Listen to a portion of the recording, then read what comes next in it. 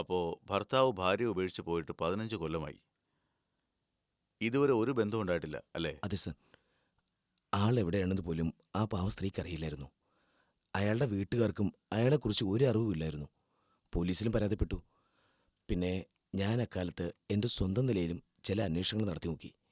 ഒരു വിവരവും കിട്ടിയില്ല. ഉം. അവരുടെ കുട്ടിക്ക് ഇപ്പോൾ എത്ര വയസ്സായി? 15 ആവുന്നു.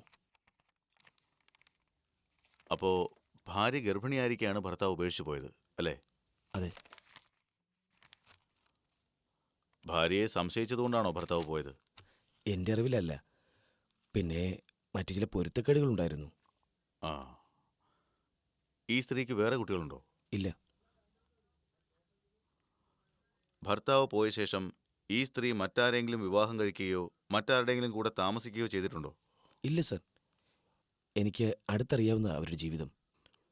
സഹകരണ സംഘത്തിൽ ഒരു ചെറിയ ജോലിയുമായി ആ കുഞ്ഞിനെ വളർത്തി ഗീത ജീവിച്ചു പോന്നു. വേറെ യാതൊന്നും അവരുടെ ജീവിതത്തിലില്ല. ഹമീദേ, ഇത്രയും നീണ്ടകാലം വേറിട്ട് ജീവിച്ചാൽ വിവാഹബന്ധം വേർപെടുത്തിയതിന് തുല്യമാണ്.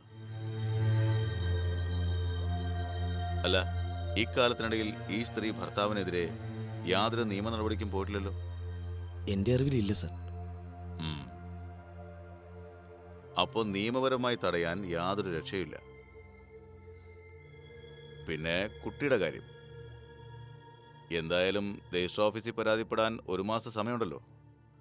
കുട്ടിയുടെ പേരും പറഞ്ഞ് നമുക്കൊരു നീക്കം നടത്താം. വിവാഹം താൽക്കാലികമായി തടയാൻ ചിലപ്പോൾ സാധിക്കും. അതുകൊണ്ട് കാര്യമായ ഫലമല്ലതും ഉണ്ടാവും സർ. ഒരു ചർച്ചയ്ക്ക് അവസരം ഉണ്ടാവുമല്ലോ. മനുഷ്യന്റെ മനസ്സല്ലേ ഹമീദേ. 15 വർഷത്തിനു ശേഷം ഭാര്യയും സ്വന്തം രക്തത്തിൽ പിറന്ന മകളെയും കാണുമ്പോൾ എന്തെങ്കിലും മാറ്റം ഉണ്ടായാലോ? ഒന്നുമില്ലെങ്കിലും ആ കുട്ടിക്ക് അച്ഛൻ്റെ പേരിൽ അവകാശം സ്ഥാപിക്കാനും സമൂഹത്തിലൊരു അംഗീകാരം നേടിയെടുക്കാനും സാധിക്കില്ലേ?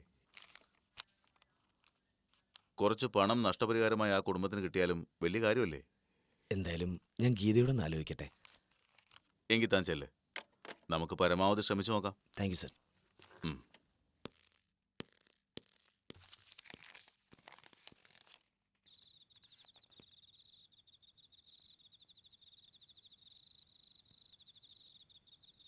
ഇതങ്ങനെ വിട്ടുകൊടുക്കരുതുക്ക.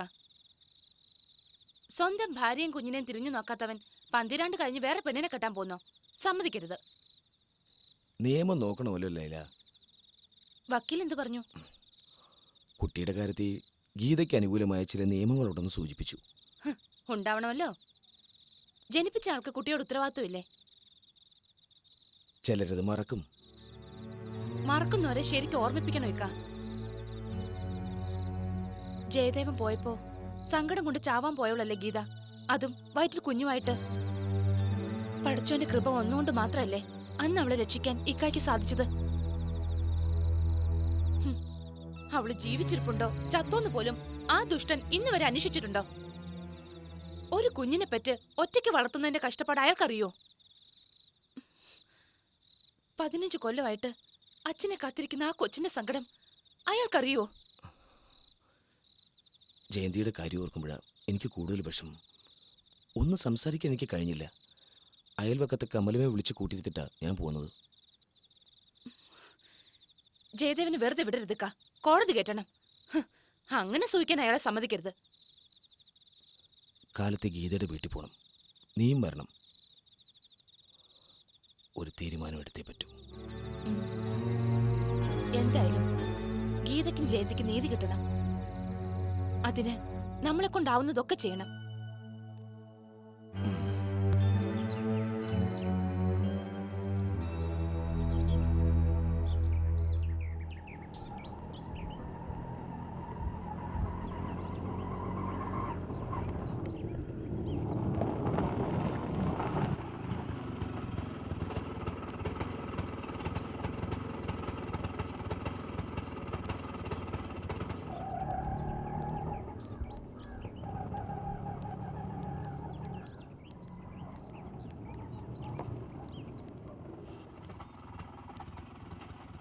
അമ്മയുടെ മോളെ അകത്ത് കിടക്കുക. മോളൊന്നും കഴിച്ചില്ലേ? മുഖം എന്താ വാടിയിരിക്കുന്നേ? കമലാമ്മ കാലത്ത് ദോശ കൊണ്ടു തന്നു. അമ്മ കഴിച്ചോ? അമ്മ ഇന്നലെ ഇന്നും ഒന്നും കഴിച്ചില്ല. ഇവിടെ ഒന്നും വച്ചില്ല. പഠിച്ചോനെ,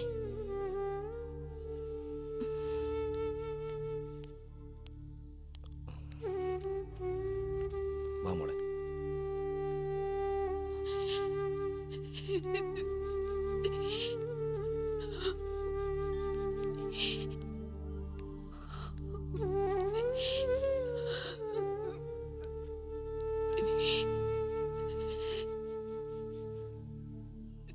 ഗീതേ,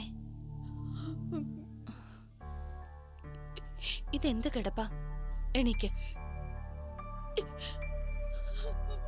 ഇതെന്താ മരണവീട് പോലെ? ഇവിടെ ആരും മരിച്ചിട്ടൊന്നുമില്ലല്ലോ. എണീക്ക് ഗീതേ.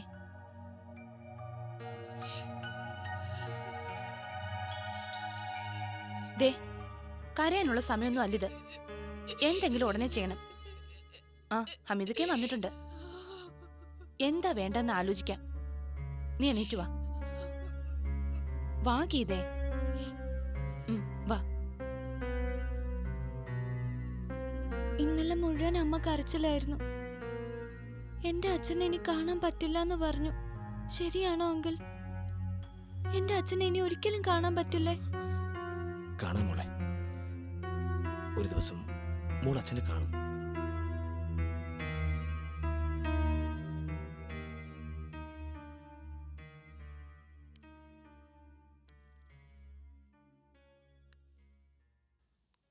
ഇന്നലെ ഞാൻ വക്കീലിനെ കണ്ട് വിശദമായിട്ട് സംസാരിച്ചു.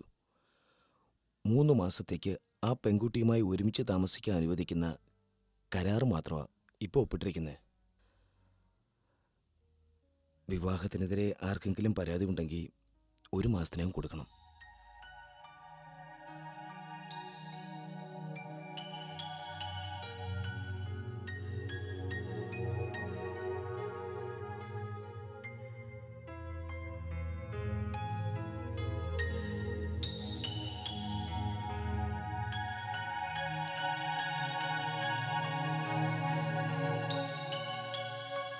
നമുക്ക് പരാതി കൊടുക്കണം. എങ്ങനെ വിവാഹം തടയണം? കുട്ടിയുടെ കാര്യം ചൂണ്ടിക്കാട്ടി പരാതി കൊടുത്താൽ താൽക്കാലികമായി തടയാം. താൽക്കാലികമായോ? ഇത്ര നീണ്ടകാലം വേർപിരിഞ്ഞ് ജീവിച്ചുകൊണ്ട് നിങ്ങളുടെ വിവാഹത്തിന്റെ നിയമസാധ്യത ഇല്ലാതായെന്നാ വക്കീല് പറയുന്നു. നിയമസാധ്യത ഇല്ലാതായെന്നോ? അതെ.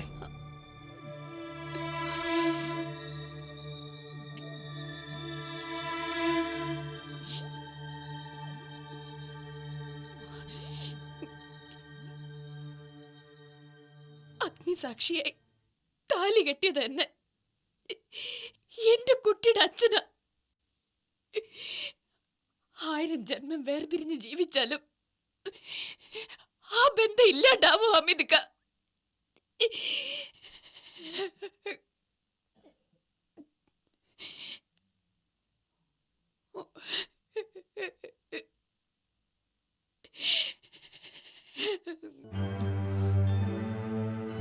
ഇല്ല ഗീതേ,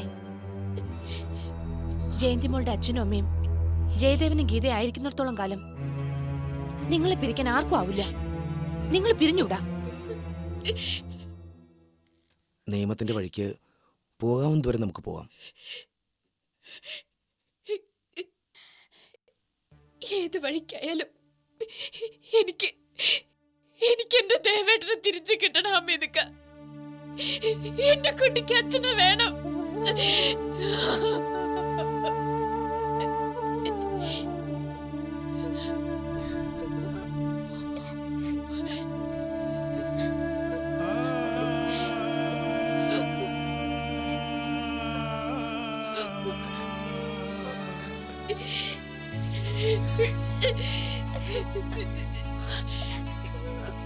അച്ഛൻ ഇന്ന് വരും നാളെ വരും എന്നും പറഞ്ഞ ഇവളെ ഇത്രയും കാലം ഞാൻ വളർത്തിയത്. അച്ഛന് ദൂര സ്ഥലത്ത് ജോലി എന്ന ഇവളുടെ സ്കൂളിൽ ഞാൻ പറഞ്ഞിരിക്കുന്നത്. ഈ കുട്ടിയോട് ഞാൻ എന്ത് സമാധാനം പറയും?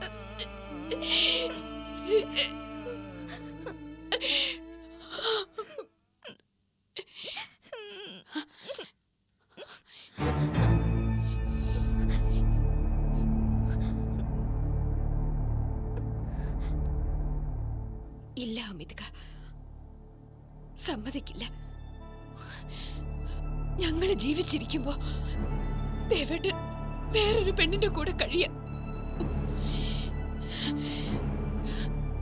എന്തു വന്നാലും ഞാനതിന് സമ്മതിക്കില്ല, സമ്മതിക്കില്ല.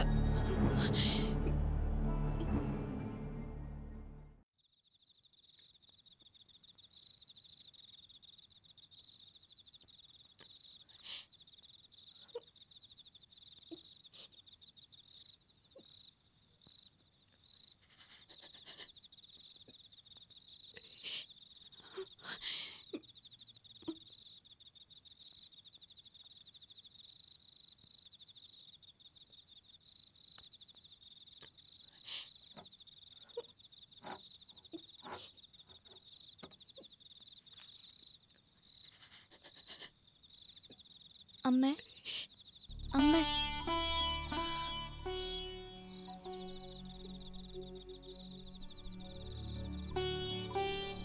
അമ്മ പിന്നെയും കരയാണോ? അമ്മ കരയണ്ട. ഞാനും ഹമീദങ്ങളും കൂടെ പോയി അച്ഛനെ കാണാം. അച്ഛനോട് ഇങ്ങോട്ട് വരാൻ പറയാം.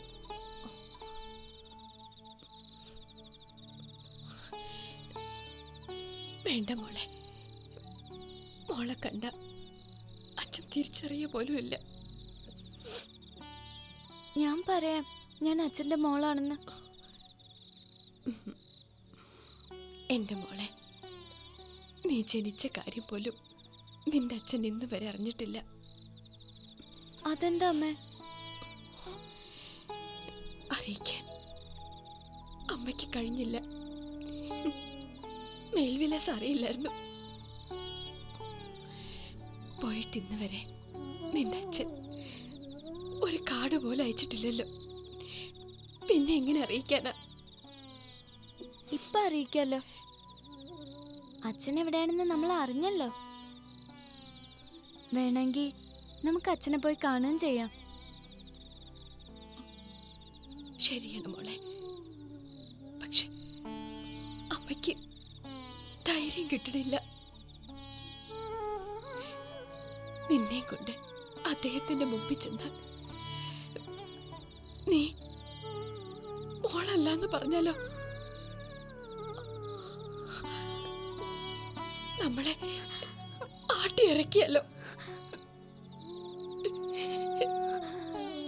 പിന്നെ നമുക്ക് ജീവിച്ചിരിക്കാൻ സാധിക്കില്ല മോളെ.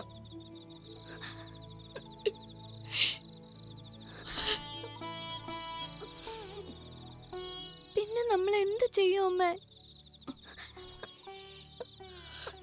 ഭഗവാൻ എന്തെങ്കിലും ഒരു വഴി കാണിച്ചു തരും മോളെ.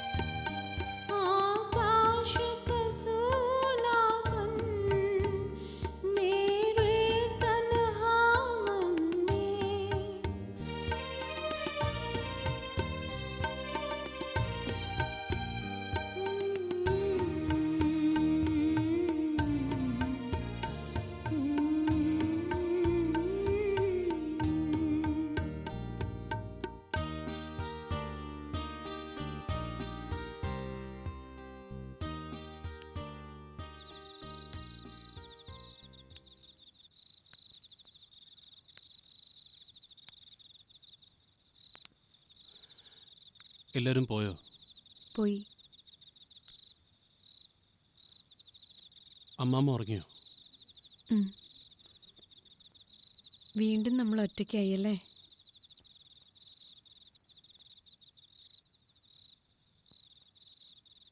ജെടി, എൻ്റെ അടുത്ത് ഇത്തിരി നേരം ഇരിക്കുമോ?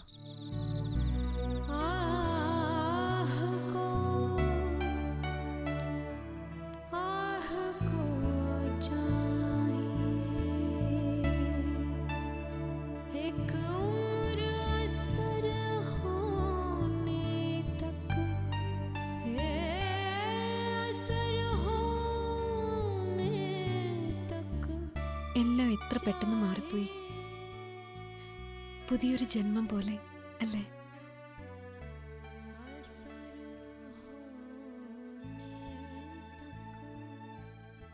ജെഡിയുടെ മനസ്സെവിടെയാ?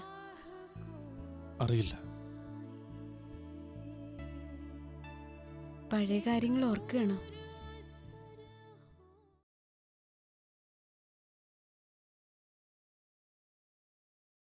ഗീതയെ ഓർക്കുകയാണോ?